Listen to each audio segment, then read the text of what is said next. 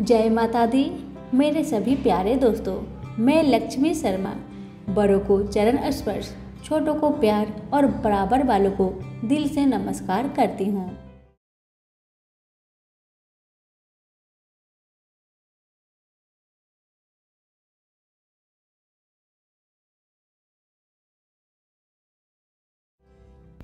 आज हम रोवालों के जीवत भगवान के बहुत ही दुख भरा कहानी सुनाए जाता ने। ई कहानी बा एगो छोटा सा बच्ची के। कैसे ई बच्ची आपन मरल मतारी के जीवत भगवान के द्वार से मांग के लेके आईली। कथा बहुत ही दर्द भरा बा, एक बार अंत तक जरूर सुनी। एक गांव में एगो औरत रहत रही है। वो गर्भवती रही है। कुछ समय बीते के बाद जब 9 महीना पूर जाला तो उनकर घर में एगो सुंदर और स्वस्थ लड़की जन्म लेवेली। अब तक उनकर पति आपन बेटी के नाम खुशी से राजकुमारी रख देवेलन। अब राजकुमारी के जन्म के जैसे ही 5 दिन हो जाला तो उनकर मतारी के प्राण छूट जाला। अब तो 5 दिन के राजकुमारी कुछ बुझेली ना उनकर माई कौन है और उनकर बाबूजी कौन है। अब रउआ लोग ध्यान से सुनी कि मतारी के प्राण कैसे चल जाला। काहे कि आगे के जमाना में ऊ मतारी जीवत भगवान के घोर अपमान कैरे लली है और यही के कारण जीवत भगवान उनकर प्राण के हर लेवनी। अब जब बेटी 5 साल के हो जाली तो राजकुमारी के पापा सोचलन कि हमार बेटी 5 साल के हो गई बारी, अब इनकरा के हम अच्छा स्कूल में भर्ती कर दी और आपन बेटी राजकुमारी के एगो अच्छा स्कूल में नाम लिखा के भर्ती कर देवेलन। अब तक राजकुमारी के पापा आपन बेटी के स्कूल के कपड़ा पहनाई हन, अच्छा से नाश्ता बना के नाश्ता खिला के और स्कूल में जाके छोड़ के चल आवेलन। अब जब स्कूल में सारा बच्चन के छुट्टी हो जाला, राजकुमारी के भी छुट्टी हो जाला, तो वो दिन राजकुमारी अकेले अकेले आपन घर आवत रहेली। तो रास्ता में का देखेली जे एगो छोटा सा झोपड़ी रहे और झोपड़ी के बाहर एगो माई आपन बेटी के बहुत प्यार से गोद में बैठा के भोजन करावतारी और राजकुमारी बगल में खड़ा होके एक टक निहारेली और मन में सोचेली कि आज अगर हमार माई रहती तो हमके भी आपन गोद में बैठा के बहुत प्यार करती और बहुत प्यार से हमरा के खाना खिलाती। अब राजकुमारी वहाँ से जब आपन घरे आवेली, आपन बेग रख देली और आपन बाबूजी से पूछेली, बाबूजी हमार माई कहाँ बारी, हमरा के छोड़ के हमार माई कहाँ चल गई, बतावा ना बाबूजी कि हम आज तक तो आपन माई के मुंह तक ना देखनी, हमार माई कहाँ बारी, बतावा ना बाबूजी। अब तक राजकुमारी के बात सुनकर पिता बोलेलन, बेटी तहर माई तहरा के छोड़ के बहुत दूर चल गल बारी, भगवान तहरा से तहर माई के छीन लेलन। अब आपन बाबूजी के बात सुन के राजकुमारी कहली, बाबूजी भगवान हमरा माई के हमरा से काहे छीन लेलन, हमरा के बतावा बतावा बाबूजी बतावा। तब पिता कहेलन, बेटी हमरा नइखे मालूम कि भगवान तहार माई के तहरा से काहे छीन लेलक लोग, हम नइखे जानत बेटी। अब तक छोटी सी राजकुमारी मन में कहेली, भगवान तो हमार माई के हमरा से छीन लेलन, हम का करी, कैसे अपन मतारी के आपन पास लेके आई, कैसे पता करी। तब एक दिन राजकुमारी गंगा घाट पे बैठ के बहुत रोवत रही। सुबह से शाम हो जाला, गंगा माई मन ही मन में सोचेली, इतना छोटा बच्ची सुबह से रोते रोते सांझ कर देली, हमरा से तो ये बच्चा के दुख बर्दाश्त नहीं के होकत और गंगा मैया बूढ़ी माई के रूप धारण करके वो बच्चा के सामने प्रकट होएली और कहेली, बेटी का भइल बा, तू इतना काहे रवा तारू? सुबह से सांझ हो गई, इतना दुखी काहे बारू, इतना उदास काहे बारू, हमरा के बताव। अब तक राजकुमारी गंगा मैया से कहेली, माँ हमरा माँ के भगवान छीन लेलन, हम अपन माई के मुँह भी नहीं के देखनी, यही खातिर हम रोवा तानी, हमर माई कहाँ बारी, हमरा माई के भगवान काहे छीन लेलन, हे माई हमरा के बताव। हमार माई के कौन गलती रहे जब भगवान हमार माई के हमरा से छीन लेलन। अब तक गंगा मैया बच्चा से कहेली, बेटी हम त नइखे जानत तहर माई के भगवान इतना जल्दी काहे आपन लगे बुला लेलन। अभी तो उनकर उम्र भी बहुत कम रहे, जाए के दिन भी ना रहे, पता ना कौन गलती से भगवान तहर माई के आपन द्वारा बुला लेलन।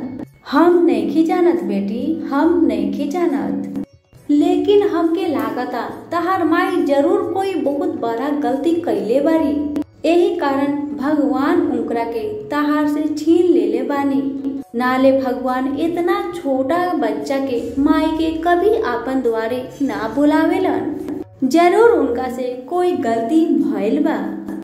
अब माँ गंगा बेटी से कहतारी, बेटी मत रोवा, जा अपन घरे जा, जा यहाँ से, शाम हो गई बा, अब रात होए वाला बा, जा अपन घरे जा।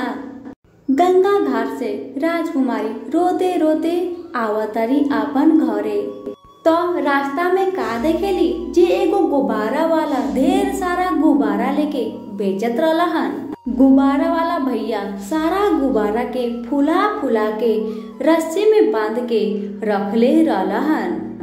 वो सारा गुब्बारा हवा वाला गुब्बारा रहे, जो कि आसमान में उड़ जाला, उहे वाला गुब्बारा रहे।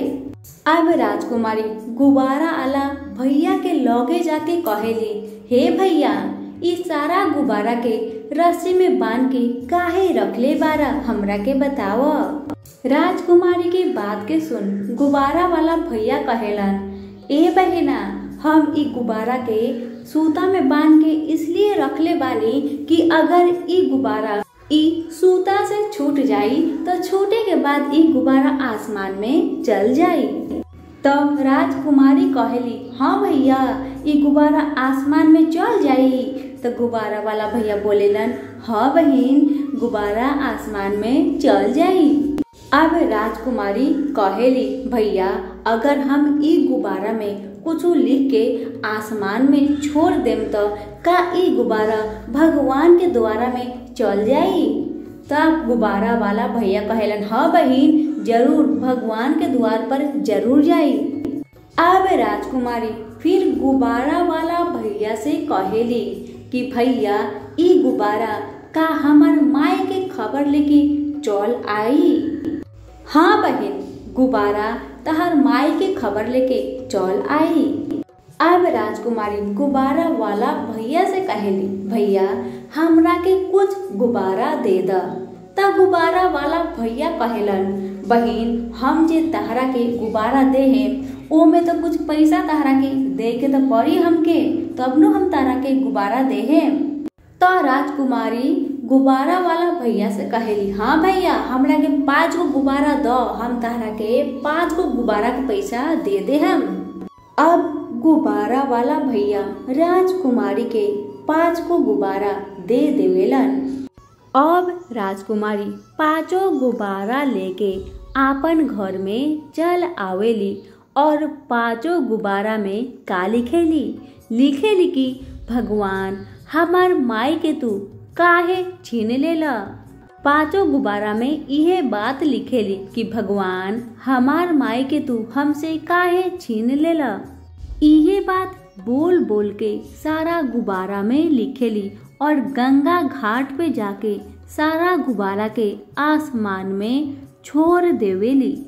अब गुब्बारा आसमान के छोड़े के बाद हर रोज राजकुमारी गंगा घाट में जाएली कि गुब्बारा हमार माई के खबर लेके कहिया आई।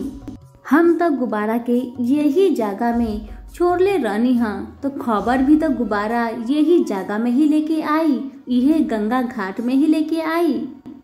अब ता एक दिन फिर गंगा माई मन ही मन में सोचेली, ई बच्चा हर रोज यहाँ पे काहे आवेला और उदास होके काहे बैठेली। उनकर उदासी उनकर दुख देख के गंगा मैया के बर्दाश्त ना होला। तो फिर एक दिन गंगा मैया बूढ़ी माई के रूप धारण करके वो बच्चा के लगे आयली और पूछेली, बेटी तू यहाँ पर हर रोज काहे आवेलू, उदास रहेलू, हमरा के बताव। अब ता राजकुमारी बूढ़ी माई से कहेली, माँ हम ना यही जगह में गुब्बारा में लिख के भेजले रहनी हाँ कि भगवान हमार माई के तू हमार से काहे छीन ले ला। गुब्बारा के हम यही जगह आसमान में छोड़ ले रहनी हाँ तो गुब्बारा जवाब लेके यही जगह में नु आई, इसीलिए हम हर रोज गुब्बारा के जवाब के इंतजार करेनी कि कब गुब्बारा आई और हमार माई की खबर लेके हमरा के बताई। अब बूढ़ी माई के भेष में ही गंगा माई बच्चा से कहली, बेटी जे जगह में तहर माई गइल बारी ओ जगह से गुब्बारा तहर माई के खबर लेके कभी भी ना आई। जे जगह में तहर माई गइल बारी ओ जगह से ना कोई वापस लौट के आएला और ना कोई आपन मर्जी से वहाँ जाएला। जब तक भगवान के द्वार से खबर ना आई तब तक कोई भी इंसान ऊ जगह में ना जाए सकेला। राजकुमारी बोलेली, ना माँ ऊ जगह में हम जइबे करेम, खबर अगर हमरा मिल जाई हम तो जरूर जाएम माँ, हम जरूर जाएम। हे माँ तू हमरा के रास्ता बताओ कि भगवान के द्वार पर जाए के कौन सा रास्ता बा, हमरा के बताओ माँ बताओ। अब राजकुमारी के बात सुन माँ गंगा कहेली, बेटी वहाँ कोई जाए ना सकी, वहाँ जाए के कोई भी रास्ता नहीं खे। इतना दूर भगवान बारन कि वहाँ पर कोई भी चहुपे ना सके। अब त राजकुमारी जिद पकड़ लेली, ना हम जाएम त जइबे करेम। अब त बार बार राजकुमारी माँ गंगा से कहतरी, माँ हमरा के तू रास्ता दिखावा, दिखावा माँ हमरा के तू रास्ता दिखावा, तहरा के रास्ता दिखाए के ही पड़ी, दिखावा माँ रास्ता दिखावा। आप त गंगा माई बच्चा के जिद के आगे हार जाएली और कहेली, ठीक बा बेटा हम तहरा के बतावतानी। देखा बेटा ऊ रास्ता पर तहार ऊपर बहुत बड़ा बड़ा संकट आई, तहरा बहुत जंगल झाड़ जानवर पर्वत पहाड़ मिली, बहुत दिक्कत हुई, रास्ता बहुत खराब मिली, कांटा से भरल रही। सब रास्ता के अगर तू पार कर लेबू तभी तू भगवान के द्वारे पहुँच जेबू, अगर ना पार करे सकबू तो भगवान के द्वार पर कभी ना पहुँचे सकबू, ई बात के ध्यान रखी है। अब त राजकुमारी कहेली, माँ तू चिंता मत कर, हम चल जाए, बस तू हमरा के रास्ता तो दिखा द कि हमके कहाँ से जाए पड़ी। अब गंगा मैया कहेली, बेटी तू ऊ पहाड़ के देखा तारू, उहे पहाड़ के ऊपर तहरा उठे पड़ी, वहीं से तहार रास्ता शुरू होता।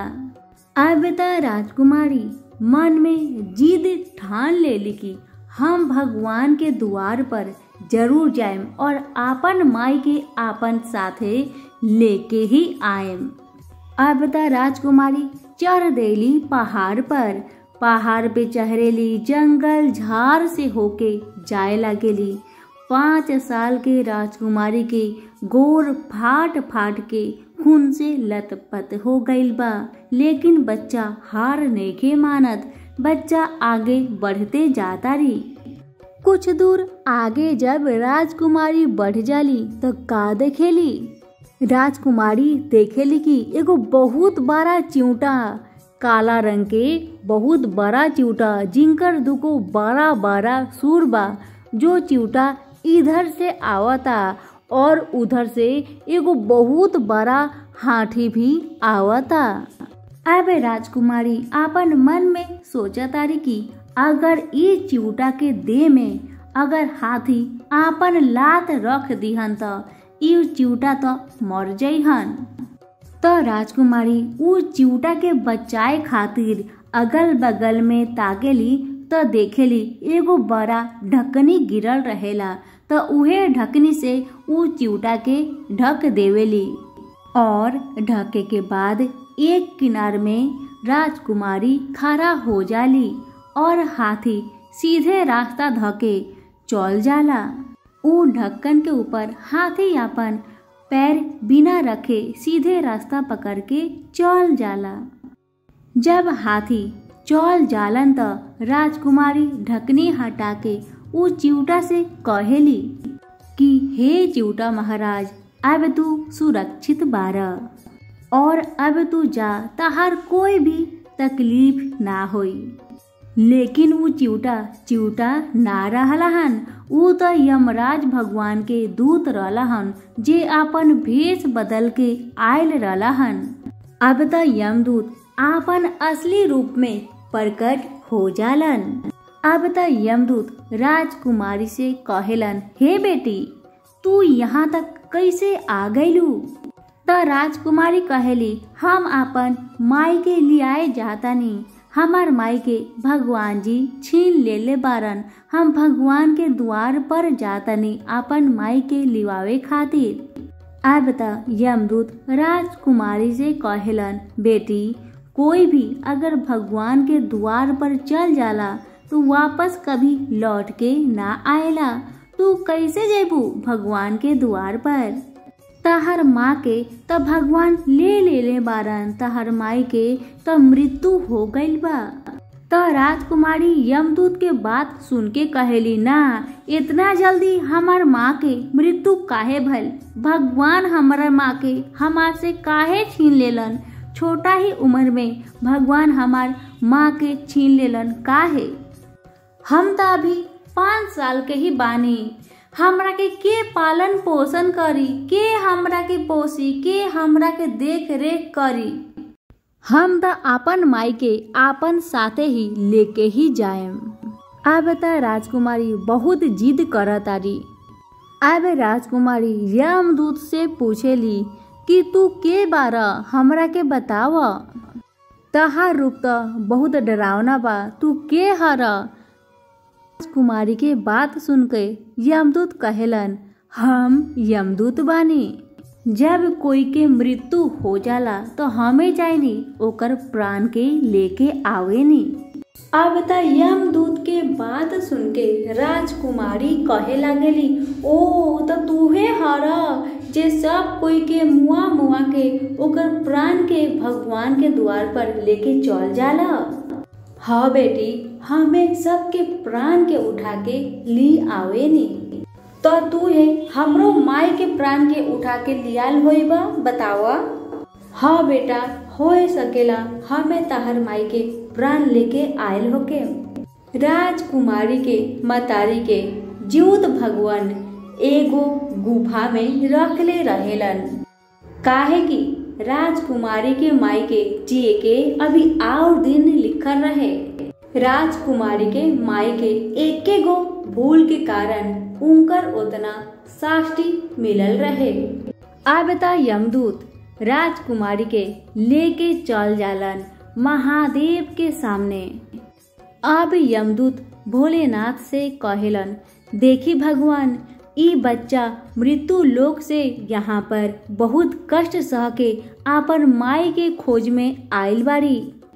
ई बेटी बहुते रोवतारी, अब रौरे संहारी इंकरा के। अब रौरे देखी का करे के बा, नइखे करे के, रौरे देखी रौरे बुझी।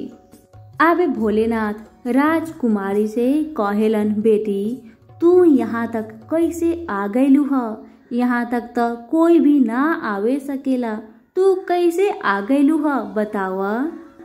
अब त राजकुमारी भोलेनाथ से कहेली, बाबा, हम त आपन माई के ले जावे आयल बानी। तू हमरा माई के हमरा से काहे छीन लेला ह, बतावा? हमरा पे तनिको माया ना आयल ह भगवान, काहे हमरा माई के हमरा से छीन लेला ह, बतावा भगवान? अब त भोलेनाथ के ई बेटी के बात सुन के आँख भर जाला। भोलेनाथ के दुख होला ई बेटी के दुख देख के।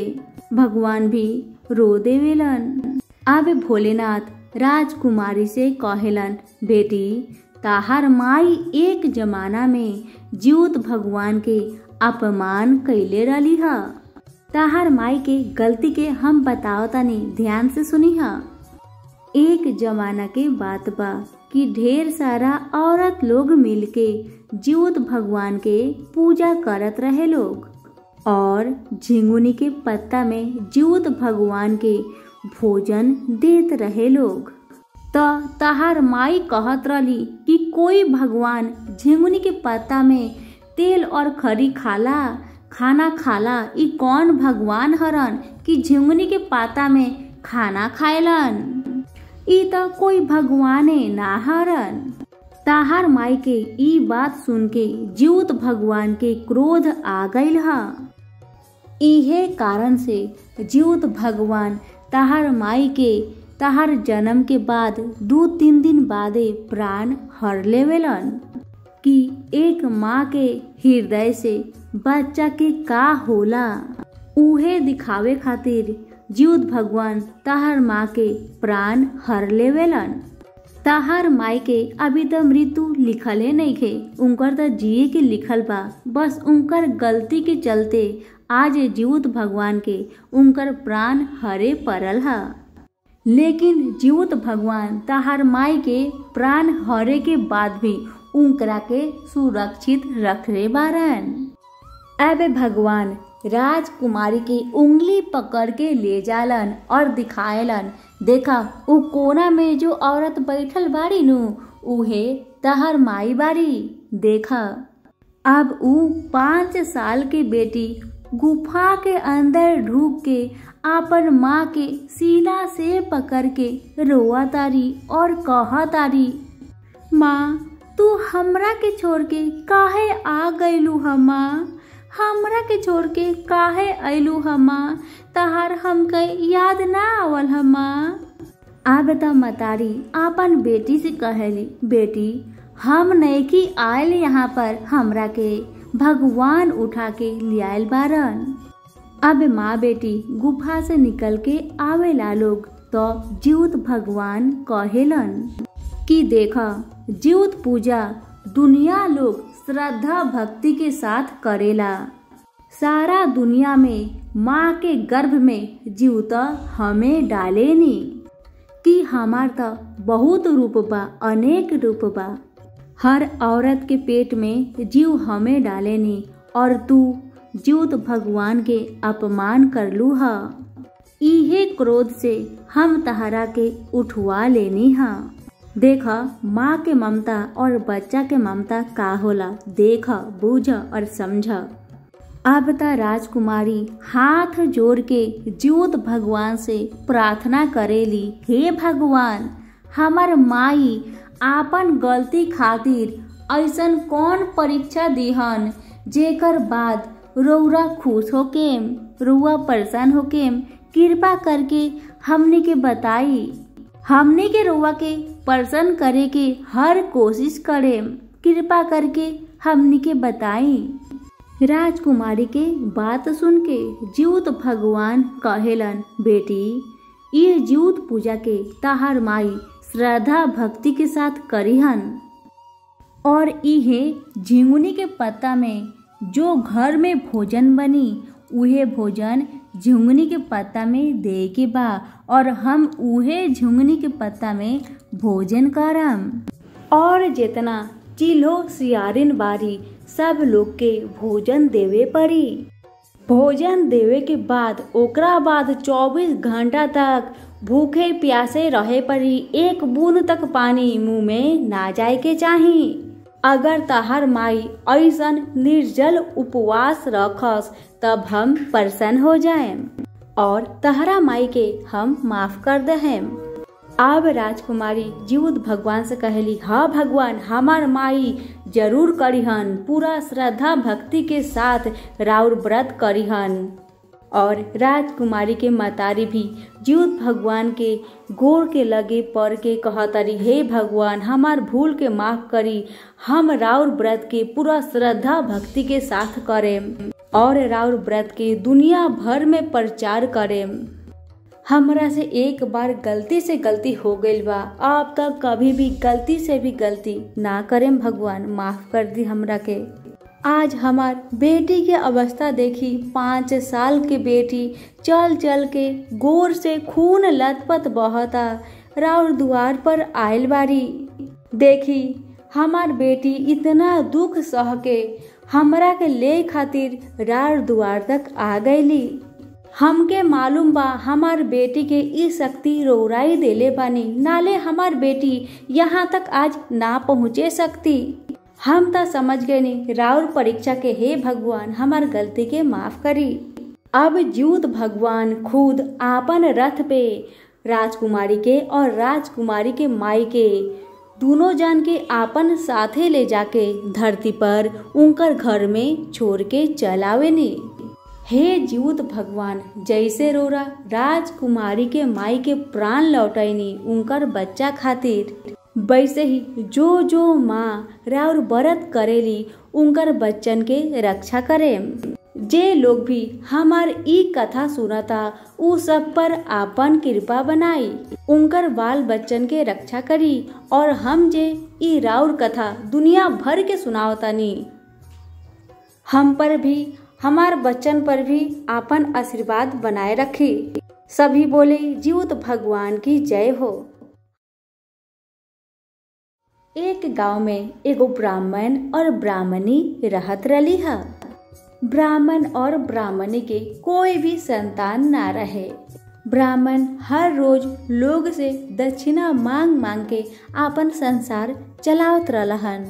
ब्राह्मणी बहुत पूजा पाठ करत रही है, गरीब लोग के बहुते दान देत रही है, फिर भी उनकर सूना गोद कभी भी ना भरल।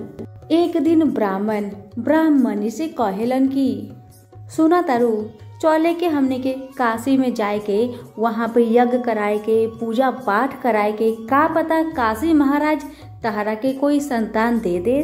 ब्राह्मण के बात सुन के ब्राह्मणी कहली, हाँ हमके लागता शायद रुआ ठीक कहतानी, हमने की चले के काशी चले के चाहे।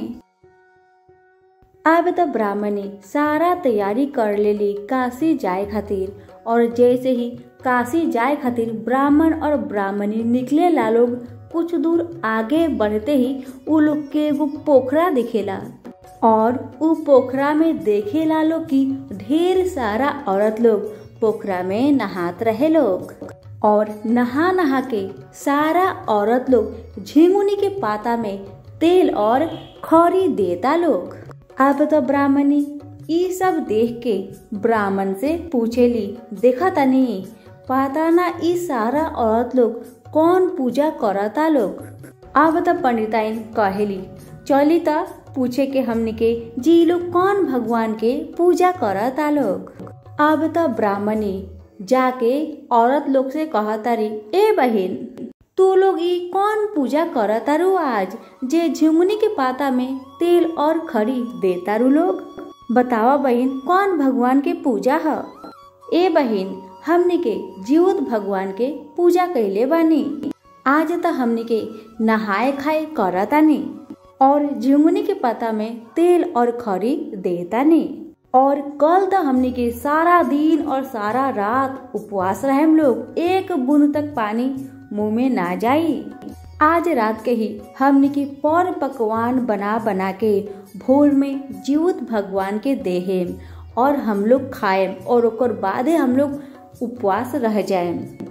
अब तब ब्राह्मण ब्राह्मणी से कहेलन, सुना तारू तू देखा तारू ये लोग कैसे कैसे पूजा करता, तू भी इनकर से विधि विधान पूछ के तू भी ई लोग के जैसे व्रत कर, का पता जीउत भगवान के कुछ कृपा हो जाओ हम लोग पे। तो ब्राह्मणी कहेली, हाँ ठीक बा। वो औरत लोग जेंगा जेंगा ब्राह्मणी के बतैली, ब्राह्मणी वैसे वैसे ही कैली। अब तो जैसे ही 3 बज जाला भोर के, वैसे ही ब्राह्मणी जीउत भगवान के जो भोजन बनेले रहेली जीउत भगवान के देली, ओकर बाद खुद खाएली, ओकर बाद व्रत रह जाएली। जैसे उ औरत लोग बताएला ब्राह्मणी वैसे ही करेली। अब तो दिन भर ब्राह्मणी उपास रहली।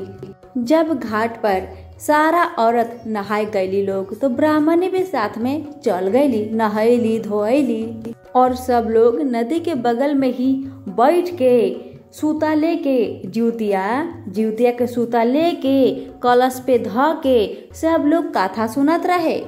अब तो ब्राह्मणी कहतारी, ए बहन, सब लोग इस सूता के कलश पे ध के काहे कथा सुनता? ई सूता का ह? ऐसे का होला? ई का चीज ह? तनी हमरा के बतावा ना बहिन। ब्राह्मणी की बात सुन के उ औरत कहेली, ए बहिन, ई सूता बहुत ही अनमोल बा।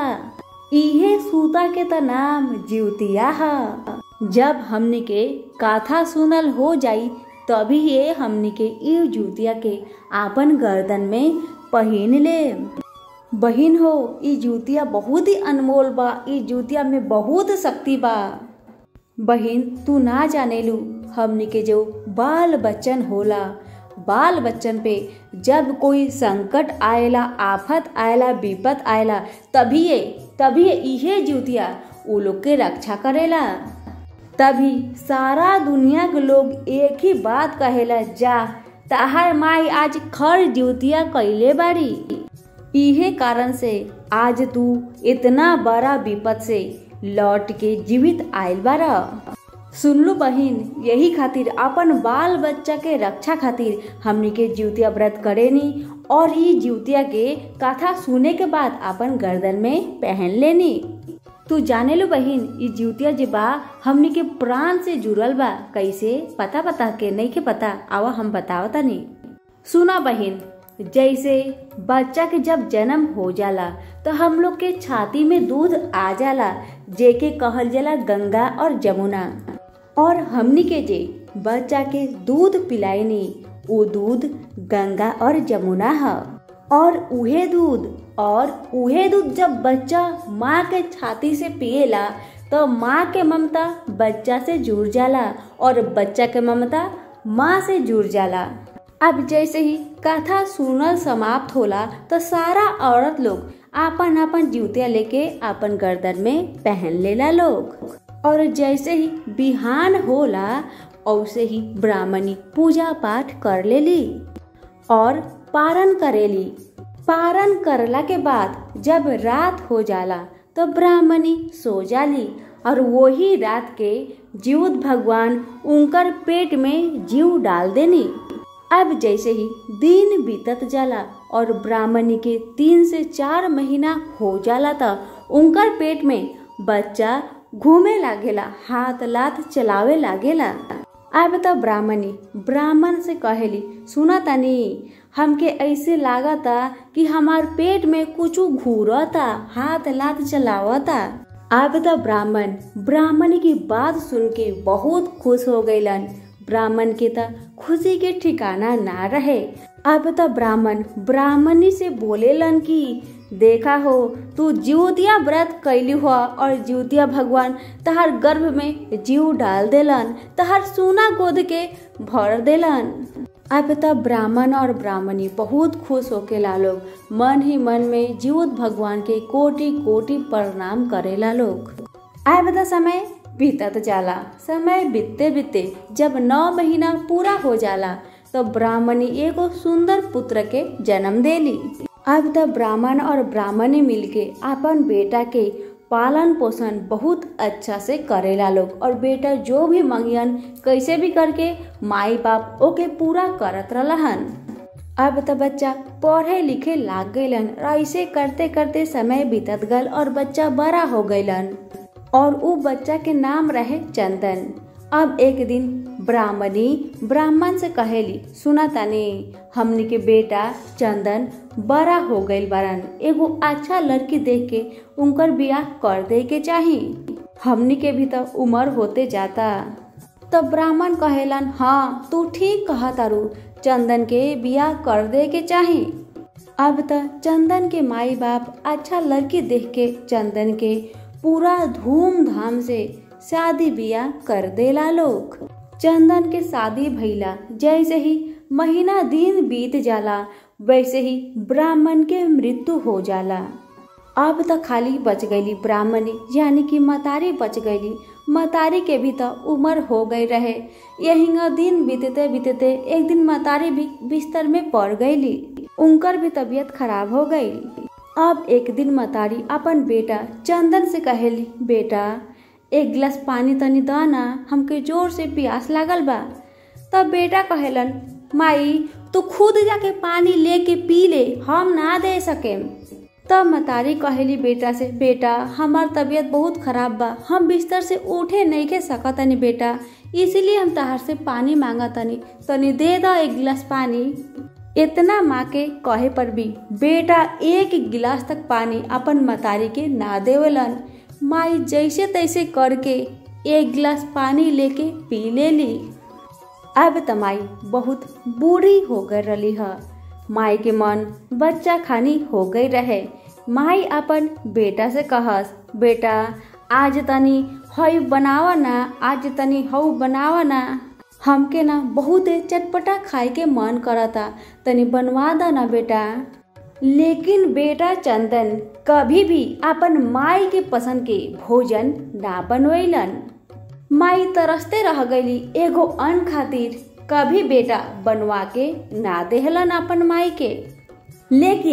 लेकिन उहे जब उनकर पत्नी मांगस तो फुर्ती में चंदन अपन पत्नी के साथे साथे लिया के दे देत रहलन। लेकिन माई के कभी भी एगो सामान तक लिया के ना देहलन।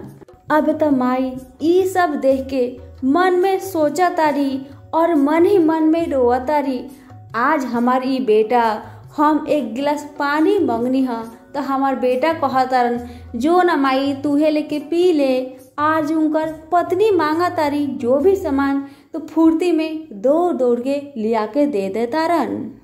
तो देखा तनी रुआ लोग, सुना तनी रुआ लोग, इहे मतारी कितना पूजा पाठ कैली अपन बच्चा खातिर जे हमके एगो बच्चा हो जाओ।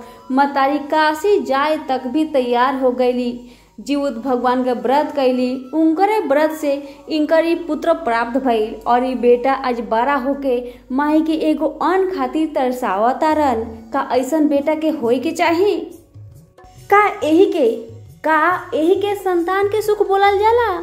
एकरे खातिर लोग तरसेला? बताई।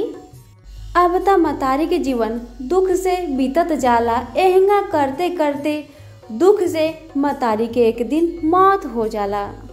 अब जैसे ही मतारी के मौत हो जाला तो बेटा शमशान में ले जाके जला उला के घर में आएलन और आके अपन पत्नी से कहेलन, अच्छा भइल हमार आज माई मर गईल, बूढ़ाता हो गईल रहे, कभी हई खाए के मन करता तो कभी हऊ खाए के मन करता, पूरा हमार माथा के खराब कर देत रहे। अच्छा भइल जे हमार माई मर गईल।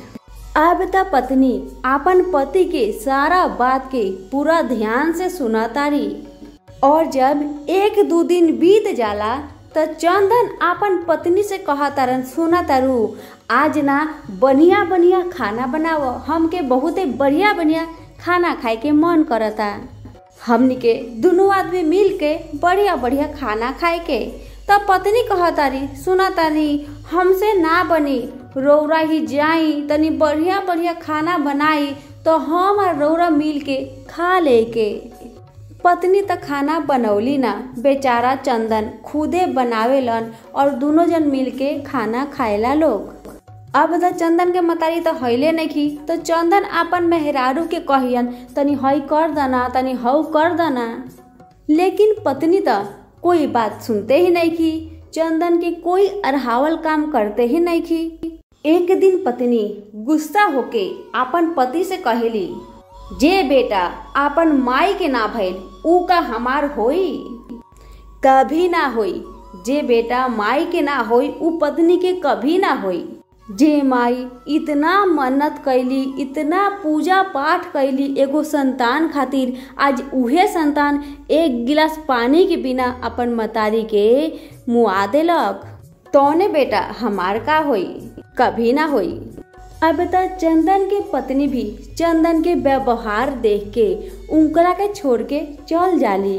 अब जैसे ही मेहरारू भी चंदन के छोड़ के चल जाली, वैसे ही कुछ दिन बीते के बाद चंदन के पूरा शरीर में कोर हो जाला। अब त गांव के सभी लोग कहे लागेला लोग, देखा मतारी तो मर गई, मेहरारू भी छोड़ के चल गई इनकरा के, और इनकर देह में तो पूरा कोर हो गईल बा। अगर ई गांव में रहियन तो इनकर हवा अगर हमनी के भी लागी तो हमनी के भी कोर हो सकेला।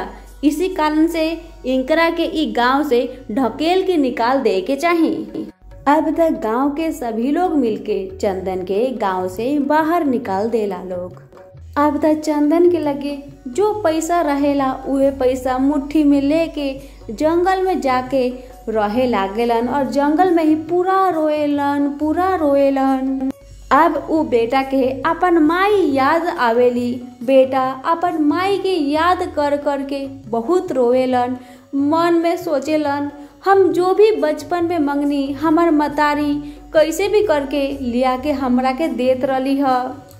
हमार खुशी खातिर हमार मतारी हर कुछ करत रही है। आज हमार मतारी दुख से मर गईली और हमार पत्नी भी हमरा के छोड़ के चल गईली, और आज हमार शरीर में जब कोर हो गईल बा तो गांव के लोग भी हमके निकाल देलक। गांव के लोग के जंगल झाड़ में जब भी चंदन पर नजर पड़ जाओ तो सारा लोग चंदन के गड़ियाओ, अच्छा भइल जेंगा तू अपन मतारी के दुख देले हा तेहिंगा तोर साथ आज भइल बा। अच्छा भइल, जैसन तोर कर्म बा औसन तो के फल मिलता। अब त एक दिन चंदन अपन दोनों हाथ में पैसा रख लेलन और गांव भर में घूमतारन और कहतारन, हई रुपया ले ला लोग और हमार माई के दे दा लोग, हई रुपया ले ला लोग और हमार माई के दे दा लोग। अब तो सारा गांव के लोग चंदन के बात सुन के चंदन के और ज्यादा गरियाएला लोग कि जब मतारी रही तो माई के मोल ना बुझाइल, और जब मतारी मर गईली तो माई खातिर रोआतारन। हर लोग हर कुछ दे सकेला लेकिन मतारी कभी ना दे सकी। माँ तो माँ होली, माँ के ना कोई दे सकी और ना कोई ले सकी। माँ के ना खरीदल जाला और ना बेचल जाला। माँ खानी कभी कोई हो ना सकी। अब त चंदन फिर से जंगल में जाएलन और खूब रोएलन। अब एक दिन जीवत भगवान ब्राह्मणी के आत्मा से कहेलन, ब्राह्मणी तू देखा तारू अपन बेटा के हालत, उनकर देह पर देखा कितना सारा कोर पड़ल बा। दर्द से छटपटा तारन, रोआ तारन, और गांव के सभी लोग उनकरा के धुधकारता। देखा अपन आँख से। अब तो ब्राह्मणी जैसे ही भगवान के द्वार से देखली अपन बेटा के शरीर में कोर भइल बा। बेटा पूरा रोआ तारन, दर्द से छटपटा तारन, मतारी के छाती फाटे लागल। मतारी पूरा रोआ तारी, भगवान से प्रार्थना करा तारी, हे भगवान, हे जीवत भगवान, हमार बेटा जंगल में पड़ल बारन, उनकरा के देखे वाला कोई नहीं खे। अब त मतारी जीवत भगवान से विनती पर विनती करा तारी, हे भगवान हमरा के एक दिन खातिर धरती पर जाए दी, कृपा करी हमरा पर, खाली एक दिन खातिर धरती पर जाए दी। हम अपन बेटा के निमन करके हमराऊ लगे चल आएम। अब त जीवत भगवान कहतानी, तू कैसन माई बारू, तहार इहे बेटा तहरा के एक गिलास पानी देहले बिना तहार प्राण के निकाल देलन। कभी खाना ना देलन तहरा के, अन्न खातिर तरसत रह गइलू, तरसते तरसते आज तहार प्राण निकल गइल, ओकरे खातिर तू मरतारू। कैसन मतारी बारू तू। हे भगवान हम पर दया करी, हम पर कृपा करी। आखिर जैसन भी बेटा बारन, बेटा तो हमरे हरन, हमरा के जाए दही, एक दिन खातिर हमरा के धरती पर भेज दही। तो जीवत भगवान कहेनी, ठीक बा, अगर तू धरती पर जाए चाहतारू तो ठीक बा, हम तहरा के एक दिन खातिर धरती पर भेजतानी। एक दिन के बाद ठीक तू हमार लगे आ जाइहा। अब त मतारी जैसे ही धरती पर आयली, जंगल में जायली आपन बेटा के लगे और बेटा के पकड़ के जैसे मतारी रोआ तारी और बेटा रोआ तारन, औसे ही बेटा के शरीर के सारा कोढ़ गायब हो जाला। बेटा के शरीर के जितना भी घाव रहेला सब ठीक हो जाला। अब माई आपन बेटा चंदन के जंगल से लेके आवेली और घर में ढुका देली। अब तक गांव के लोग चंदन के माई के देखा था लोग और कहता लोग, बाप रे बाप, ई तो चंदन के माई मर गईल रही ह, देखा कैसे जिंदा होके अपन बेटा के ठीक कर देली। अब तो गांव भर में हल्ला हो गई कि देखा ब्राह्मणी मरे के बाद भी जिंदा हो गई बारी और अपन कोर बेटा के ठीक कर देली। अब तक गांव के सभी लोग ब्राह्मणी के देखे खातिर दुनिया लोग ब्राह्मणी के घर के आगे जमा हो जाला लोग और दुनिया लोग कहेला, बाप रे, कैसे भगवान एगो मरल माई के जीवित कर देला हन। ऊ तो माँ के ममता रहे, जीवित भगवान के दया रहे। कहल जाला कि जीवित भगवान ही माँ के गर्भ में जीवित भगवान ही डालेनी, प्राण तो जीवित भगवान ही डालेनी। अब तक गांव के सभी लोग कहता, देखा ये ब्राह्मणी कितना भाग्यशाली बारी कि मरे के बाद भी अपन बेटा के दुख देख के भगवान के द्वार से कैसे धरती लोक में आ गईली और अपन बेटा के ठीक करके चल गईली। हे जीवित भगवान, जैसे रौरा ब्राह्मणी के बेटा पे अपन कृपा बरसैनी, वैसे ही सबके बेटा के रक्षा करी। हम लक्ष्मी सब बेटा लोग से हाथ जोड़ के प्रार्थना करतानी कि जैसे चंदन अपन माई के दुख देलन, औसन गलती रोवा लोग गलती से भी ना करी। माँ बाप खानी दुनिया में तो केहू भी ना होला। बेटा के फर्ज बा कि माँ बाप के जीवन में खुशियाँ भरो और बहू के फर्ज बा अपन सास ससुर के सेवा करो। सभी मिलकर बोली, जीवित भगवान के जय हो। एक गांव में एगो राजा रहस, तो उ कभी शादी अभी ना कैले रहस, कुंवारे रहस। तो एक दिन उ घोड़ा पर चढ़ के अपना नौकर लोग के साथ जात रहस बाहर में घूरे। तो जब देखा था लोग का कि एगो वहाँ दुआर बा, वो दुआर पर दूगो लड़की बैठल बा। तो एगो लड़की खूब सुंदर आ एगो लड़की के चेहरा अच्छा ना रहे, सांवला रंग रहे। तो राजा के उ लड़की बहुत पसंद पड़ जाला। तो राजा कहेलन का कि हम जब शादी करम तो वही लड़की से शादी करम, सुंदर बौकरे से। तो देख के अपना घरे आ जालन। आ गईला के बाद में तो उ अपना नौकर लोग के बैठावेलन कि जा वो लड़की के बाप के बुला के ली आवा। तो नौकर जाला, बुला के ली आवेला, कहला का कि राजा साहब तोहरा के बोलौलन ह। तो लड़की के बाप घर में आ जाला। तो बोलेला कि राजा साहब बोली का हुकुम बा। आ तो कोई हुकुम नहीं थे, कोई बात नहीं थे कि ये बा कि जो सुंदर जो लड़की वहाँ बैठा रहे वही लड़की से हम शादी करे चाहतन। बूढ़ो बाप बोला तरन का कि राजा साहेब वो तो हमार छोटी लड़की बा, हम छोटी लड़की के शादी कैसे दें कि बड़ लड़की के आगे शादी दे हैं तबे हम छोट लड़की के शादी दे हैं कि हमार बड़ लड़की के चेहरा अच्छा नहीं थे, सांवला रंग बारी, वैसे कोई उनका के पसंद नहीं के कर आ छोट जानी के सब लोग पसंद करता। अब राजा कहलन कि कोई बात नहीं थे, हम दोनों लड़की से शादी करब, उनको से करम ना छोटियो जानी से करम। बाप मान लेलन कि ठीक बा, तो हमार खुशी के बात बा जब हमार दोनों लड़की राजा लोग के घर में शादी करके आ जाए लोग। तो शादी धूमधाम से राजा साहब अपना घर में करके दोनों लड़की के लिए आवेला। ले आला के बाद में दोनों जानी के संगे सुहाग रात होला। तो वही रात में दोनों जानी प्रेग्नेंट हो जाला लोग, प्रेग्नेंट हो जाला लोग। तो 9 महीना जब पूर जाला ना तो दोनों जानी के एक ही गो लड़की जन्म लेवेला। 5 दिन आगे बड़ जानी के आ 5 दिन पीछे छोट जानी के।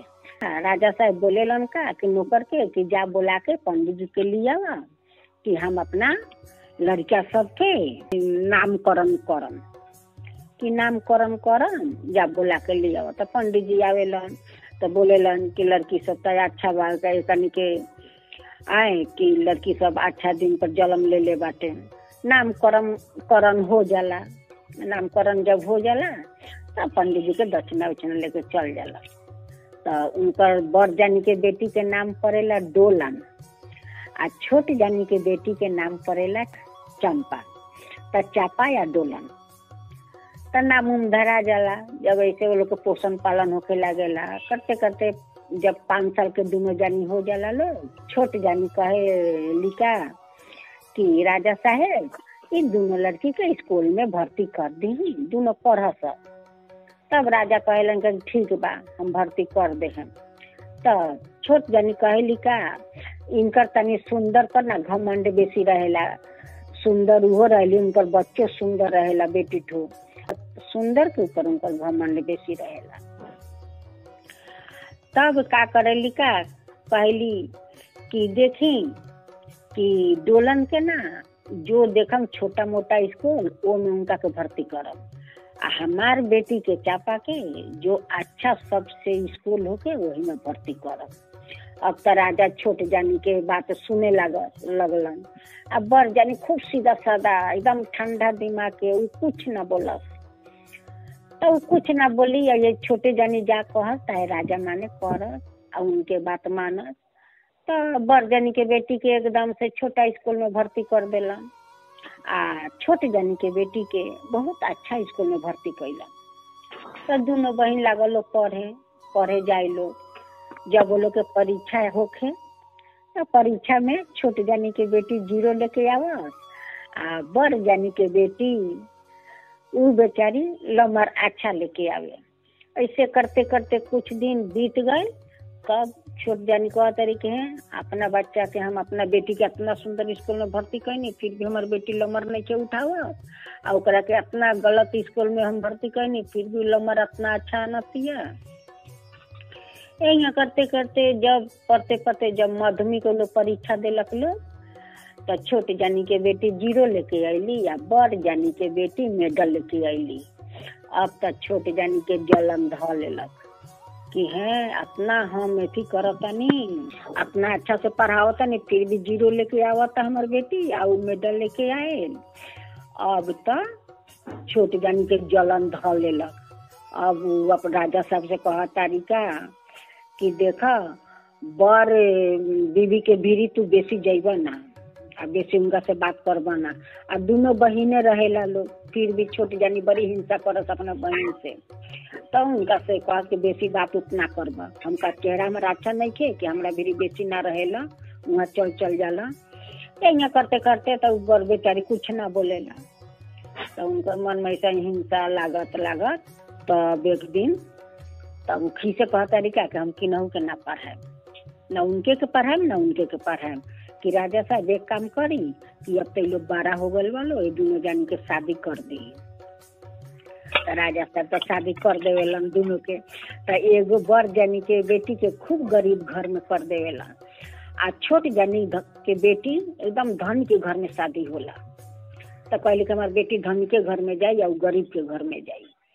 तो वही शादी दे देवेलन राजा साहेब उनकर बात सुन के उनका के गरीब घर में उनका के धनी के घर में दे देला के बाद में तो जाली। तो उनको एगो लड़का लड़की जन्म लेवेला आ उनको लड़का लड़की जन्म लेवेला दोनों बहन के डोलनों के 2 आ चापा के 2। तो यहाँ करते करते तो बहुत डोलन के खूब संसार में तकलीफ बा दुख बा आ चापा के तो राजा घने बारे उनका तो कुछ के कमी नहीं थे। ऐसे करते करते जब कुछ दिन बीत जाला तो उनकर बच्चा सब कहला का कि माँ सब कोई अच्छा अच्छा कपड़ा पहनता अच्छा अच्छा खाना खाता हम लोग के तो अच्छा कपड़ा नहीं के मिला अच्छा खाना नहीं के मिला। तो उनकर माँ कहस कि बेटा लोग हम का करी कहाँ से ले आई तोहर बापो तो उतना ना कमालन जे टुक लियलन वही में तो हमरा संसार चलावे के बा। तो एक दिन उनकर पड़ोस में आदमी सब औरत लोग बोला था का कि ये डोलन काल तो जीत पूजा बा जीत पूजा ना करबू। तब कहा तरीका कि चाची हमरा तो याद नहीं खे का करी हमर संसार में ऐसा चलता कि टेंशन से हमरा कुछ याद नहीं रहत कि हाँ हम तो जीत भगवान के पूजा करम। तब अब तो चिंता लाग गई उनकर कि अब हम का करी, कैसे करी। तो ऐसे करते करते तो एक दिन अपना लड़का सबसे बोला तरीका कि बच्चा लोग तू लोग घर में रहिए, हम जाए जंगल से लकड़ी काट के लिए आए आ बेचम, उन्हें पैसा से जीत भगवान के हम प्रसाद चढ़ाए। तो एक दिन जाली जंगल में लकड़ी काटे खातिर अब बहुत चिंता करते जाता रही, रोते जाता रही कि कैसे हमारे बच्चा सबके खियाम, कैसे अपने जीत भगवान के प्रसाद देहेम। तो जाते जाते जब जंगल में गईली तो एगो गाय रहे, बहुत ओकर माने दर्द रहे, ओकर बच्चा हुई। तब गाय कहता का कि हे डोलन तू कहाँ जाता रू? आता माँ गैया माँ हम जाता नहीं लकड़ी तुरे कि देखा काल तो जीत पूजा बा, हम लकड़ी बेचम तबे तो जीत भगवान के प्रसाद दे हैं। तब कहता गैया कि डोलन हमार थोड़ा सा शरीर ना हमार तन टिप टप कर दो, हमार पूरा दर्द बा। तब कहता डोलन के ठीक बा माँ हम तारा के पीठ हम दबा देतनी। पीठ दबा देला बच्चा खलास हो जाला, बच्चा के पोछ पाछ के पुलिसकार करके ओकरा माँ भिरी रख देला आ रख के जाले। फिर जाते जाते जात जात बीच रास्ता में वन में जाले तो एगो सांप मिलेला। तो सांप ना मकड़ा के जाल में फंसा रहेला। तो सांप नानू रहत, तो जीत महाराज रहेलन, मकड़ा के जाल में फंसल बड़न, पूरा देह में धूल माटी लागल बा उनकर। तब उस सांप कहता का कि हे डोलन कहाँ जाता रू? आ तो बाबा हम जाता नी लकड़ी खातिर, लकड़ी बेचम तो काल जीत भगवान के हम प्रसाद देहम।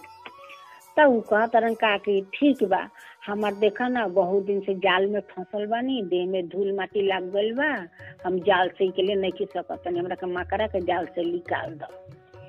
तब उ जाके बेचारी मकड़ा के जाल काट कूट के निकाल के नाग बाबा के अपना आचरा से साफ सुफ कर देवेला, कह के आ चल जाला। जाते जाते एगो फेन भीतर जंगल में एगो बूढ़ी माँ भेटाली। तो 3 गो रूप धैली बारन जीत महाराज। तब बूढ़ी माई कहली का कि हे डोलन कहाँ जाता रू? आता माँ जाता नहीं हम लकड़ी खातिर, लकड़ी ले जाए बेचम तो काल हम अपना जीत भगवान के प्रसाद दे हैं। अच्छा ठीक बा, हमार गोर बहुत दर्द करता, तनी हमार गोर के तनी सा दबा दा। तब जाके बेचारी दबा उबा देवेला, दबा उबा के चल जाला। तब उनसे जाके लकड़ी उकड़ी काट उठ के बोझा उझा बांध के जब घूर के आवेला तब पहला नंबर में बूढ़ी माँ भेटाली। तो कहली का कि डोलन लकड़ी ले लू? आता हाँ माँ लकड़ी ले लेनी। तो कहा तारी कि देख हमरा भी एगो पोटली बा, एक पोटली हम बूढ़ा आदमी ढोवे नहीं की सकत, बहुत भारी बा, हाय तू ल। तब कहली का कि माँ हम तो दोनों हाथे बोझा धैले बानी, कैसे हम लीही कि हमरा आचरा में लेके खोस दो हमरा कमर में। तो बूढ़ी माई वो अपन पोटली, वो पोटली में सोना चांदी हीरा मोहर मोती सब रहेला, तो दे देवेली। तब वो आवेली, फिर आवत आवत आवत आवत फिर नाग बाबा भेटालन। तो कहलन का कि डोलन लकड़ी ली अयलू? आ तो हाँ बाबा लकड़ी जाए में बाजार में बेचम तो काले अपना भगवान के प्रसाद दे। आ तो ठीक बा, यात्रा में का बा? आ तो का जाने बाबा हमरा तो मालूम नहीं थे, वो बूढ़ी माई का हमरा के देली है कि हम तो दोनों हाथे बोझा पकड़ ले बानी, कैसे हम देखम। तो उ नाग बाबा का कहलन गए अपन मनी वाचरा में दे देवेला आ कहलन कि जा डोलन। तब वहाँ से आवत आवत फिर गैया माँ भेटाली। तो कहली का कि गई कि डोलन लकड़ी ली अयलू? आ तो हाँ माँ लकड़ी ली अयली, अब जाए बाजार में बेचम पैसा लियम तो भगवान के अपना प्रसाद चढ़ाए। तब गैया कहली का कि डोलन देखा हम तो जंगल में बानी, हमार तो कोई बात थाने नहीं थे, कोई घर नहीं थे, हमार बच्चा के तो सब जानवर खा जाई, तू हमरा के अपना घर में ले चल। तब कहली कि माँ चल तोहरा के ले चल। अब वो लेके गैया पीछे पीछे चल जाला उनका घर में। अब तो उनका बच्चा सबके दूध पूरा देवेला खाए के, बच्चा तो पूरा खाता रहता, पूरा गाय में अपनो बच्चा के दूध खियाव तरी, ओकरो बच्चा सबके दूध खियाव तरी। तब ना लकड़ी रख के कहली का के पहले आचरा के उठली उठली हम धो दी घर में। जाली घर में धरे खोल के देखेली तो मैं खाली सोना चांदी हीरा मोती सब बा। फेन सांप के मनी बा। वहाँ करे कि बाप रे बाप, ये तो हमरा के सब जीवित भगवान हमरा के सब धन देनी है कि उनका कभी प्रसाद देवही के बा, वो से आगे ही हमरा के धन दे देनी। तब देखा तारी कि बाप रे, तो बहुत कुछ हमरा मिलल बा कि हमरा के आगे ही जीवित भगवान हमरा के दे देनी। तब गईली बाजार से बहुत खर्चा कैली, बाल बच्चा के कपड़ा लाता राशन पासन घर में लिया के अब पूरा धाम धूम से भगवान के पूजा कैली। बहुत अच्छा भोजन बना के आ जीवित भगवान के देली। जीवित भगवान भोर में अलन, खाऊ के चल गईलन। ये अपन पूरा अपन श्रद्धा भक्ति से जीवित भगवान के पूजा कैली। आ पूजा करके तब अपना पति के कहतारी कि जीवित भगवान के प्रसाद देवे के आगे ही तो हमरा के जीवित भगवान हमार घर भर देनी, अब हमरा का चाहिए। तब बिहान भैला अपना पति के बोलतारी कि देखा जा मोहर सब ले जा, आई मोहर बेच के आ हम लोग को बहुत अच्छा महल बनावल जाओ। तो ले गईलन बेच के बहुत अच्छा सा महल बनौलन। घर में सब राशन पासन दुनिया के नौकर चाकर होखे लगल घर में।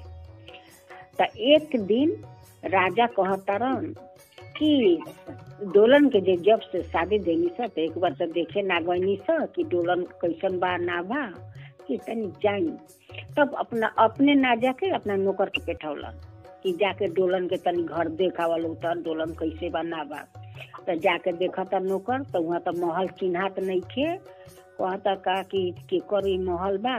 तो वहाँ आदमी से पूछा था नौकर कि यहाँ एगो राजा के बेटी के शादी भय रहे, यही घर यहाँ ही, वो सब कहाँ यहाँ से चल गए। तब वो लोग कहता का कि बा उहे तो उनकर घर बा राजा के बेटी के। तो इतना महल हो गए, राता राती इतना अच्छा महल हो गए। तब जाकर नौकर बोला था कि का राजा साहेब राउर महल बा कि रौरा से सुंदर महल तो उनकर बा, डोलन के बा। अब तो डोलन के सुन के छोटी जानी के तब पूरा एती हो गल कि बाप रे बाप, राता राती अपना धन कहाँ से आ गए। तो गए राजा आ छोटी रानी गए लोग। तब जाके देखा था लोग के महल बा। तो बोला तो सब कोई के आदर सम्मान कैली। आई अपना छोटी माँ से सारा बात बोलली कि ऐसा ऐसन हमरा के जीवित भगवान कैनी है, हमरा के देनी है, वही से आज हम महल में बानी। अब उ तो देख के जलन हो गल उनकर। कहता कि वाह, ये तो हमरो बेटी से सुंदर महल हो गए, हमरो से सुंदर इनकर महल हो गए। तब वहाँ से आवेली तो अपना बेटी के कहली कि चापा तू जीवित भगवान के पूजा कर, देख डोला नेंगा कैलक ही तो भगवान अतना कुछ ओकरा के देले बार कि हम लोग से सुंदर ओकर महल बा आ ओकरा घर में कितना नौकर चाकर बा। तो अपना बेटी से जीवित पूजा करावेली। फिर अगला साल तो कहली कि तू जंगल से लकड़ी काट के लिए है आ तू बेटी तो पेठावेली। अगला साल तो जाले वो जंगल में लकड़ी काटे। तो गैया माँ बैठा रहेली तो पूरा गाय के देह में दुनिया के गोबर उबर लगा रहेला, कांदा उदा। तो गैया कहेली कि हे चापा कहाँ जाता रू? आ तो लकड़ी काटे जाता नहीं, काल जीवित भगवान के पूजा बा, लकड़ी बेचम तबे तो प्रसाद दे हैं। तब कहली कि ठीक हमार तेन देह दबा दो। आ तो हाँ तोहर देह दबा, तोहरा देह में इतना गंध बा कि तोहरा लगे जाल नहीं के जा, हम तोहर देह ना दबा। तो वहाँ से जात फेन जाली बीच वन में। तो फेन सांप महाराज भेटालन। तो कहली का कि चापा कहाँ जाता रू? आता लकड़ी काटे जाता, निकाल जीवित भगवान के पूजा बना, लकड़ी बेचम तबे तो प्रसाद दे। आता हमार देखा ना माकड़ा के जाल में फंसल बानी, तनी माकड़ा के जाल ला के काट दो ना। तो जाली तो उसे फोना मारेलन। तो वहाँ से डर के भाग जाले। कहले कि ना हम तोहर ना काटम, कि तो हमरा के फोना मार के काटिए ली। तो वहाँ से भाग जाले। तो फिर बीच वन में जाली तो वो बुढ़िया माई भेटाली। तो बुढ़िया माई के देह में दुनिया के घाव पीच ऊची के लेला तो बुढ़िया माई कहली कि चापा कहाँ जाता रू? अच्छा लकड़ी काटे जाता नहीं, कल जीत भगवान के पूजा बना तो कल प्रसाद देहम, हम लकड़ी बेचम तबे तो प्रसाद देहम, वे जाता नहीं हम लकड़ी काटे। आता हमार तनिक देह दबा दा ना, बहुत गोर हमर दुखाता। आता है तोहर देह में इतना गंध निकलता कि तोहरा घर में गोल पार नहीं के लागत कि हम ना तोहर देह दबाए, कि तोरा लगे में हम कैसे जाए, दुनिया के देह से पीछ गिरता। तब वहाँ से तैयारी लकड़ी उकड़ी काट के तो गैली बाजार में, सवेरे से सांझ हो गल, कोई लकड़ी ना किनलक, उनकर लकड़ी कोई न पूछलक।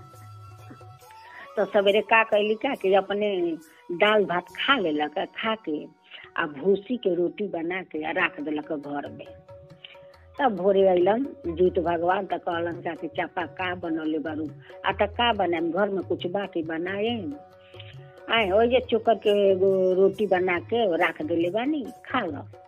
वो चोकर के लिट्टी खा के जीत भगवान इतना घर में गैस छोड़ेलन, इतना गैस छोड़ेलन कि गंध के मारे घर में रहल ना जाला।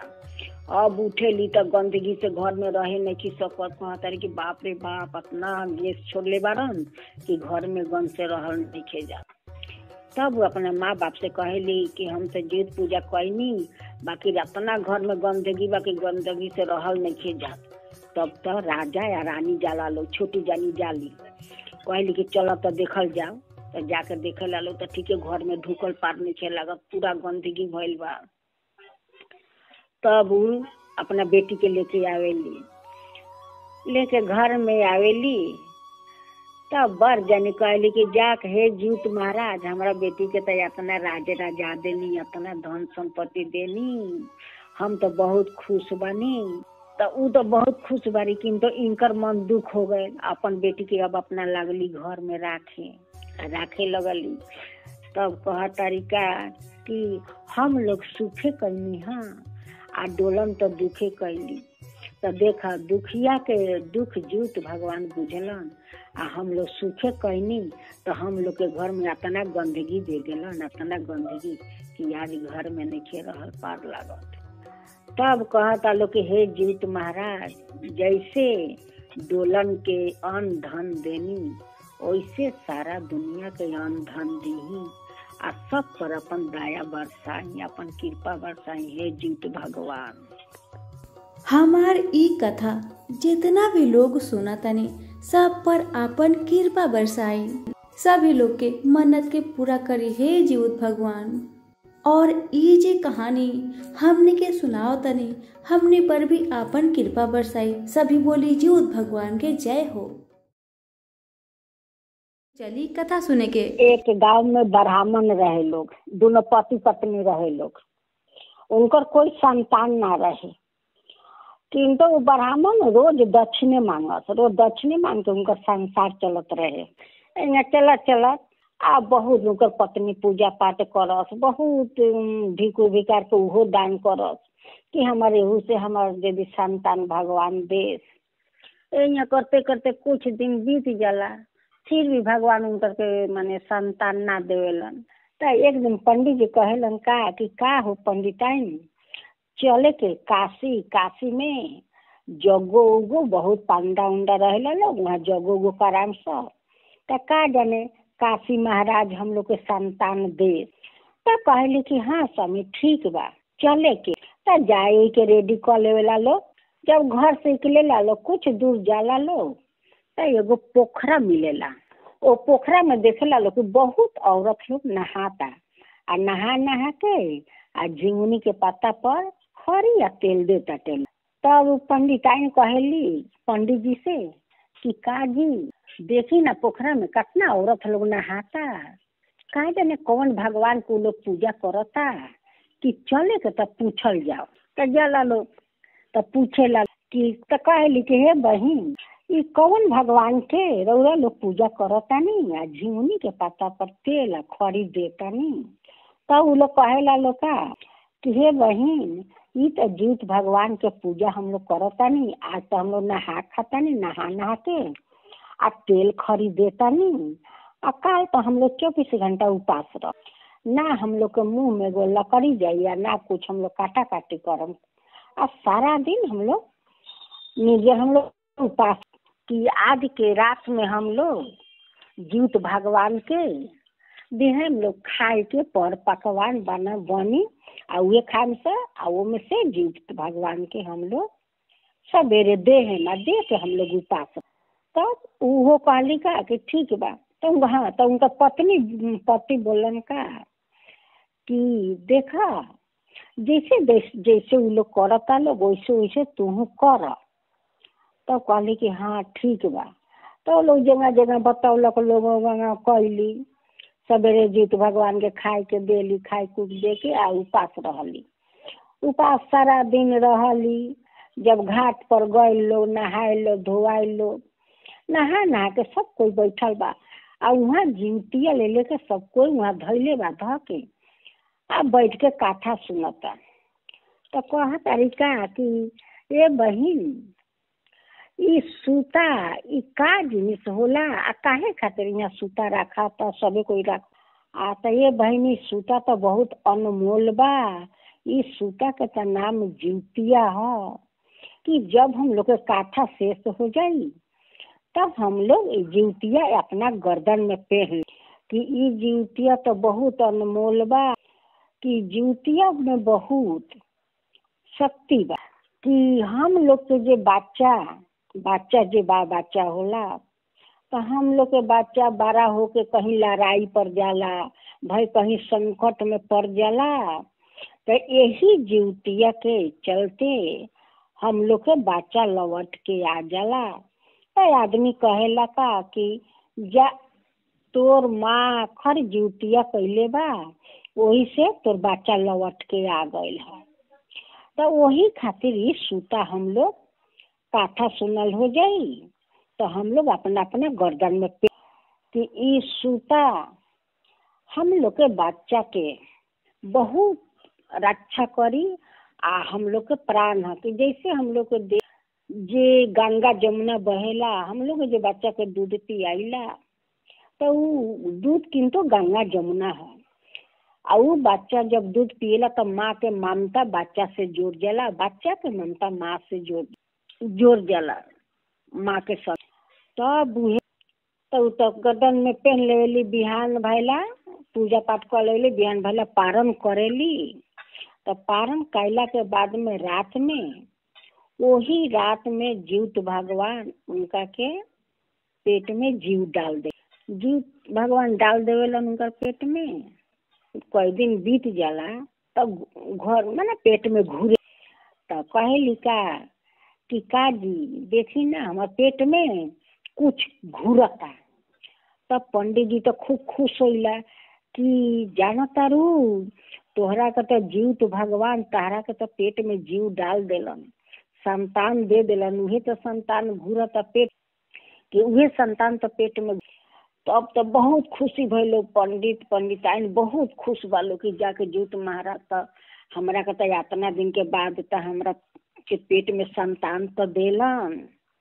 ऐसा करते करते जब नौवा महीना पूर जाला तो उनका एगो बेटा जन्म लेवेला। तब बेटा के बहुत आदर भाव से खूब पोसे लालो पाले लालो। आ बेटा के जा माने वो लोग के इच्छा होला ताई अपना बेटा के देवे लालो। ऐसा करते करते बेटा बड़ा हो जाला, पढ़ा लिखा के बड़ा हो जाला, कर देवे लालो।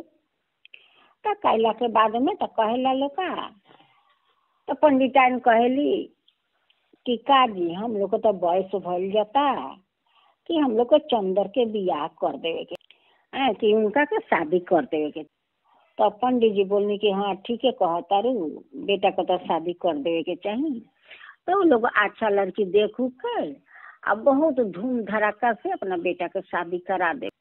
करावला के बाद में कुछ दिन बीत जाला वो चंदर के बाप के डेथ हो जाला, उनकर मृत्यु हो जाला। तो रह जाए यहाँ कुछ दिन करत करत माँ तो माने आरो बयस हो गई, बिछाना पर गिर गईली। तो एक दिन शादी उदी कराला के बाद में एक दिन उनकर माँ कह तरीका कि बेटा हमरा के एक गिलास पानी दो। वो बेटा कहता का कि माँ तू पानी मांगत रू तनी उठ के एक गिलास तू ही पानी पी न ल। अतः बेटा हम तो शरीर नहीं के चलत, तनी हमरा के एक गिलास पानी दे दो। आ तो माँ तनी तू ही उठ के पानी ले ला। वो बेचारी कोनो रकम उठ के आके पानी लेके पियली। पियला के बाद में फिर जाके बिछौना पर अपन सुत गई।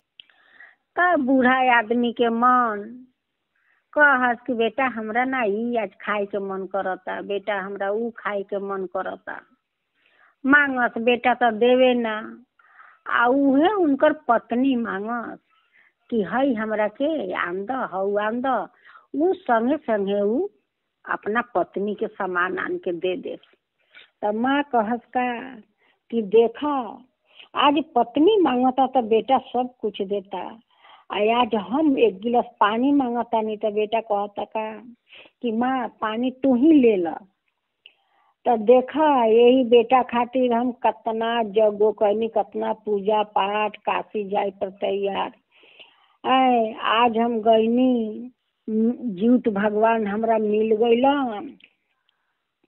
आज इनका के दे दिलन हमरा के संतान। तो देखा संतान के सुख हमारा आज काम मिलत आटे। यही करते करते बुरा हो गई तो एक दिन उनकर माइयों के डेथ हो जाला। तो उनका के लेके उन्हें शसान उसान में जरा फरा कर चल आवेला। तब आवेला तो कहला कि जा बूढ़ा मारल आए खाली माँ के ई लागी ऊ लागी ई लागी ऊ लागी। माँ हमर सारा दिन ये मांगते रहत रहलक। कहता रन तो पत्नी सबे बात सुनता। तो एक दिन कहलन का चंदर अपना पत्नी से कि का हो आज ना जा आज बढ़िया बढ़िया जिनिस बनाओ। हम लोग दोनों आदमी मिल के खाई। हम लोग दोनों आदमी मिल के खाई जाए। तो वो कहता रही का कि हम ना बनाए, तू ही बना के ले आओ, हम लोग दोनों आदमी मिल के खाई जाए। तो ना तू जाके बना के ले आओ। वो पत्नी तो बनौली ना उनके खुद बना के खाए के पड़ल। खाइला के बाद में तो उनकर माँ का डेथ हो जाला। तब ओकरा के लागेलन ई अढ़ावे ऊ अढ़ावे के ई कर ऊ कर। पत्नी तो सुनत नहीं थे। तो एक दिन पत्नी गुस्सा होकर कहेला का कि जे बेटा माँ के ना भइल ऊ बेटा का हमार होई, कभी हमार पति ना होई। कि जे माँ अपना पूजा पाठ करके ऊ भगवान ओकरा के संतान देलन और ऊ संतान साला ऐसा निकल गए कि अपना माँ के गिलास तक ले पानी ना देलक। तो ऊ हमार का हुई।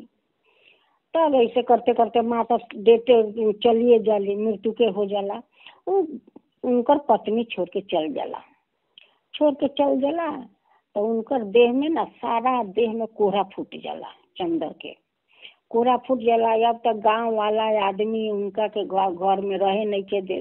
कहता कि ना देखा माँ के मरते मरते पत्नियों छोड़ के चल गए, एकरा देह में कोहरा फूट गए कि अब एकरा के हम लोग गांव में रहे ना दे। हम ई गांव में रही तो एकरे हवा लागी तो आदमी के सब कोई के खोती हुई। तो ओकरा के गांव से निकाल देवेला लोग। वो जितना घर में रुपया पैसा रहेला लेके चल जाला। एगो जाके जंगल में रहेला, वही जंगल में रोवेला, खूब रोवेला। तभी ओकर माँ के याद आवता कि आज हमार माँ रहल तो कितना हमरा के आदर कैलक। जा मांगी ताई हमार माँ देवे। आज माओ हमार मर गए, हमार के पत्नियों छोड़ के चल गए। हमरा के याद ऐसा हम कोरा हो गए नहीं तो गाँव के लोग हमरा के निकाल देलक। तो सब लोग ओकरा के गाड़ी देवे कि ठीक है भाई माँ के जगह कैले है उहे तोरा अभिशाप मिलल बा। माँ के जगह कैले बारे वही में तोरा अभिशाप मिलल बा। एंगे करे तो एक दिन का कैला का कि एक मुठ्ठा रुपया लेके आ चारों दिगे गाँव में घूरता कि हई रुपया ला हमरा के माँ द लोग, हई रुपया ला लोग हमरा के माँ द लोग। तो सब लोग ओकरा के गाड़ी दे ओ चंदर के कि हाँ माँ रहल तो माँ के तू पूछले ना। एक गिलास पानी बाहर तोर माँ मर गए, निमन बाउर खाइला बाहर मर गए तू देले ना। आज कहता रे कि हाथना रुपया ला आ माँ हमर द। सारा जिनिस आदमी देवे सकी किंतु कभी कोई माँ ना दे सकी। कि माँ कभी ना आदमी देवे सकी आ ना लेवे सकी। कि पैसा से कभी माँ खरीदल जाला आ बेचल जाला, कभी ना। माँ नहीं तो दुनिया में कुछ नहीं के। अब वो आके वही जंगल में रोता। तब एक दिन जीवित भगवान ओकर माँ के कहा तारन का हो ब्राह्मणी, देखा तोहर बेटा के धरती पर कौन दशा भइल बा, कि देखा सब आदमी ओकरा के धुतकारताटे, गाड़ी देता, आ देखा ओकर शरीर कैसन कोढ़ा से भर गइल बा। अब वो माँ के देख के तो लागेला छाती फाटे, मृत्यु हो गइल बा, किंतु प्राण तो ऊपर में भगवान के द्वार पर बा। तो अब वो देख के छटपटा तारी पूरा कि आज हमार बच्चा हमर जंगल में पड़ल बा, हमार बच्चा के हमरा देह में कोढ़ा फूट गइल बा। तब जीवित महाराज से विनती करत तारी कि हे जीवित भगवान, हमरा के एक दिन खातिर हमरा के धरती पर जाए दीही, आए हमार बेटा के भी जाए दीही। तो जीवित भगवान कहतरन का कि जे बेटा तोहरा के गिलास पानी ना देलक, तारा के निमन बाउर खियौलक ना, वो बेटा खातिर तू तरपत तारू, तू कैसन माँ बारू। ना भगवान हमरा के जाए दीही, जैसन भी होखो बेटा तो है हमार, हमरा के जाए दीही।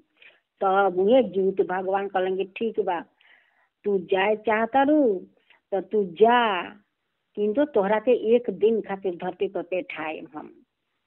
तब जब धरती पर आवेली, आइए के आई अपना बेटा के भर अकवारी ध के रोए लागेली। जब ध के रोए लागेली, बेटा रोए लागेला माँ के ध के, आ माँ बेटा के ध के, तभी ने उनकर कोढ़ा सब देह में के माने हट जाला, एकदम देह में के सब निमन हो जाला, उनकर देह निर्मल हो जाला। तब वहाँ से माँ लिया के उनका के अपना घर बाड़ी सब देवेली, ढुका देवेली घर में। तब गांव के लोग देखा था तो कहता कि बाप रे बाप, चंदर के माँ तो मर गई है, आ मर के देखा भगवान के द्वारा से आके आई अपना कोढ़ा बेटा के निमन कर लेली, कि देखा ब्राह्मणी आ गई बारी। मार गांव भर में हल्ला हो गई, वो ब्राह्मणी के देखे खातिर सब कोई आवे लागल कि भाई मरल आदमी कैसे धरती पर आ गए, भगवान कैसे पेठा दिलन ओकरा के जिंदा क के। तो वो तो माँ के ममता रहे, जीवित भगवान के दया रहे। कहला ना कि जीवित भगवान जीव सब कोई के देवेलन, उहे जीव तो उहे न डालेलन पेट में, प्राण तो उहे न डालेलन। तो अब आयल सब लोग देखे खातिर, देखू के गए तो कहे कि बाप रे बाप, कितना ई बारी भागशाली, कि देखा मर के आ बेचारी फिर धरती पर आ गई बा अपना बेटा के निमन करे खातिर। तो उनका निर्मल हो जाला, दे घर उर में ढुका देली, ढुका उका के तेकरा बाद में सांझ के सुतेली, तब फिर सुतले रह जाली। जीवित महाराज फिर प्राण हर लेवेलन।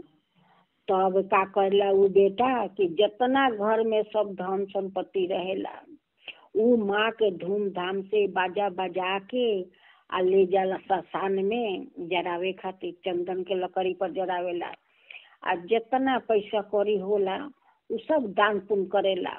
आ जो कलसा में छाई लेके उ जाला काशी में माँ के एथी करे, और छाई दहवावे खातिर।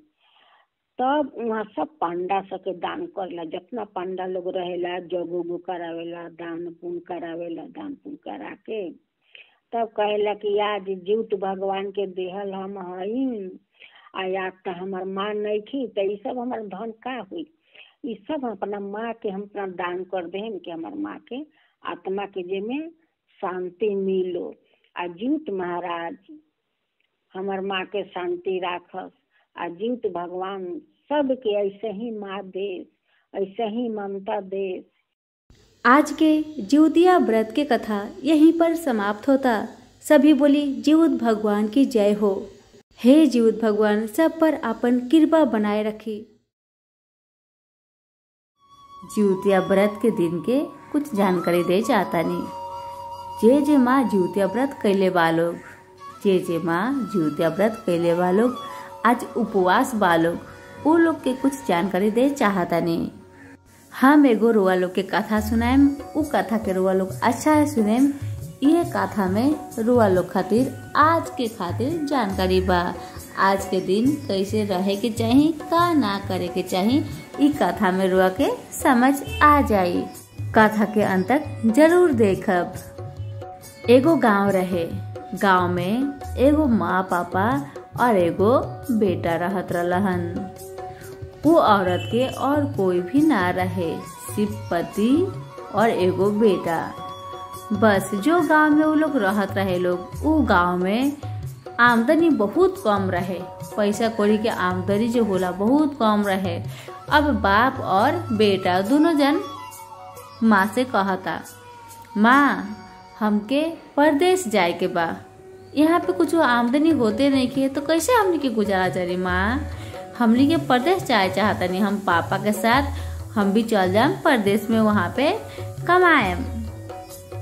माँ कहेली ठीक बा बेटा तू भी चल जा, और अपन पति से कहेली रोरा भी जाई कमाई। समाचार बतावत रहे रोआ लोग कैसन बानी।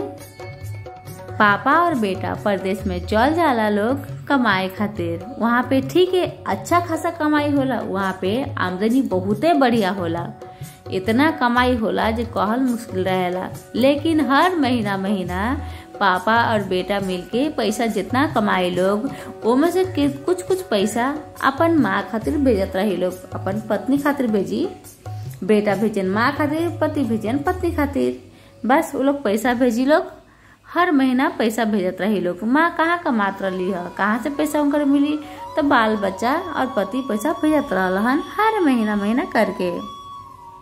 अब कुछ समय बाद जिउतिया व्रत आए वाला रहे, तो माँ भी नियम से नहा खाए करके जिउतिया व्रत उपवास रह जाली। सोचली बेटा और पति तो बारन परदेश में, हमें बानी तो उपास रह जाता नहीं। हमारे बेटा के सलामती के लिए, पति के सलामती के लिए हमके उपास तो रहे पड़बे करी, तो जिउतिया व्रत करेली। अब जौन दिन जिउतिया व्रत करत तारी, वो दिन भोर में भगवान जी के खानवा दे देली और सो जाली। सोए के बाद में जब भोर हो जाला, तब उनकर घर के सामने ना एगो बहुत बड़का पीपल के पेड़ रहे।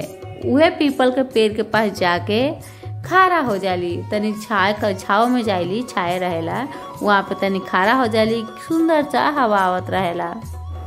बस हवा आयला तो जो पीपल के डाढ़ी सब रहे ना, उनकर देह में ठेकत रहे हिल हिल के। तू का कहली ह, डाढ़ी सबके तोड़ देली ह, तोड़ के फेंकली ना ह, डाढ़ी सबके तोड़ के नू वही में लटका देली ह।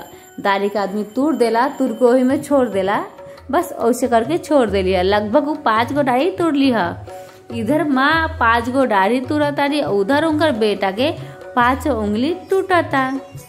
बेटा पापा से कहता, पापा हमार ना ऐसे लागता जो कोई हमार उंगली तोड़ता। पापा कहलन धत तरीका, ऐसे कभी होला बेटा, हाथ मोड़ा गले तहार। फिर बेटा बोले ना पापा सचमुच के लागता जो हमार उंगली कोई तोड़ता, ममोर ममोर के तोड़ता। अब बेटा डॉक्टर के पास जाके हाथ के बैंडेज करवा लेला ना, जिउतिया व्रत के ही दिन। पापा और बेटा गाड़ी धरेला लोग और पारण के दिने भोर में पहुंच जाला लोग। तभी माई पारण भी ना कैले रहेली, कहली का बात बा अचानक इतना जल्दी तू लोग आ गए लोग, हम तो पारण भी नहीं के कहनी, ना चिट्ठी ना खबर, इतना जल्दी। तब देखेली बेटा के हाथ में पूरा पट्टी बांधल बा, पूरा रोए लगेली, कहली हे जिउतिया भगवान आज हमरा व्रत कैले बानी हमार बाल बच्चा के रक्षा करे खातिर, ओकर सही सलामती खातिर, तो आज हमार बेटा के इतना दुख इतना तकलीफ काहे होता। इतना कह कह के रोवे लगेली। दिन भर रोते रहेली, बेटा बिस्तर में सुतर रहेला दर्द के मारे, और माँ बेटा के पास सिरहानी में बैठ के रोवत रहेली। रोते रोते रोते रोते रात हो जाला, माँ के नींद भी लाग जाला। अब जिउतिया भगवान सपना माँ के कहेली, तू तो जिउतिया व्रत कैले रहलू ह, तू जिउतिया व्रत कैले रहलू ह, आ जाके पीपल के पेड़ के नीचे खारा रहलू ह, आ जाके सब डाढ़िया तुरत रहलू ह। तहार नहीं के मालूम जिउतिया व्रत के दिन हर पेड़ पौधा कीड़ा मकोड़ा सभे जीव व्रत करेला, का तहार नहीं के मालूम। उ पेड़वा के तू जाके तुरत रहलू, ओकर भी उंगलिया तो तोड़ देलू ह, उसी कारण तहार बेटा के उंगली टूट गइल बा। तो माँ कहेली जो हमार बेटा के उंगली कैसे ठीक हुई है, जिउतिया भगवान बेटा के उंगली ठीक कर दी। तो भगवान कहेनी, जिउतिया भगवान कहेनी तार बेटा के उंगली ठीक हो जाई। जैसे जैसे पीपल के डाढ़ी के तू तुरले बारू, ओमे जैसे जैसे पत्ता फेंकी, डाली फेंकी, वैसे वैसे तहार बेटा के उंगली ठीक होए लागी। अब बूढ़ी माई के सुबह में नींद टूटेला, उनकर सपना के बाद याद आ जाला। सपना में भगवान हमके काका कहत रहनी है। दौड़ल दौड़ल जाली पीपल के पेड़ के नीचे और देखेली ठीक है तो हम 5 गो डाली तोड़ देले बानी। अब उतना देख के वो घर आ जाइली। अब हर रोज भोरे भोरे जाइली और पीपल के गाछ के डाली देखत रहेली जे पत्ता फेंका तक कि ना, डाली निकला तक कि ना। एक दिन उस समय आ गल जब माँ जाइली देखेली, हाँ था एमे डाली थोड़ा थोड़ा निकला था और पत्ता भी थोड़ा थोड़ा निकला था। ऐसे करते करते 1 साल बीत गई और दाढ़ी में पूरा अच्छा से पत्ता लग गई। तब जितिया व्रत फिर से आ गए रहे। माँ नियम पूर्वक जितिया व्रत कैली है और भोर में जितिया भगवान के खाना दे के जाके सूत गईली है। जितिया भगवान आईनी है खाना खाए और आके बच्चा के ऊपर अपन हाथ फेर के घुमा के चल गई नी। हाँ, अब बच्चा के देह में इतना ताकत, इतना बलवान, इतना शक्तिशाली बच्चा बन गल। उठ के माँ से कहा था, माँ रात के ना हम सुता रहनी है ना, तो हमके ऐसे लागल है कोई आके न हमार देह के ऊपर से ना हाथ घुमावल है। ओकर बाद शरीर में हमार शक्ति आ गल, हाथ में ताकत आ गल है। माँ हम तो बहुत शक्तिशाली बन गल बानी। माँ हम बहुत शक्तिशाली बन गल बानी। माँ उठली गईली और आंगन में मिट्टी में अपन सर पटक के जितिया भगवान के गोर लगली और दौड़ल गईली पीपल के पेड़ के नीचे और जाके पीपल पेड़ से कहा तारी, हे पीपल महाराज, हमार गलती के माफ कर दे।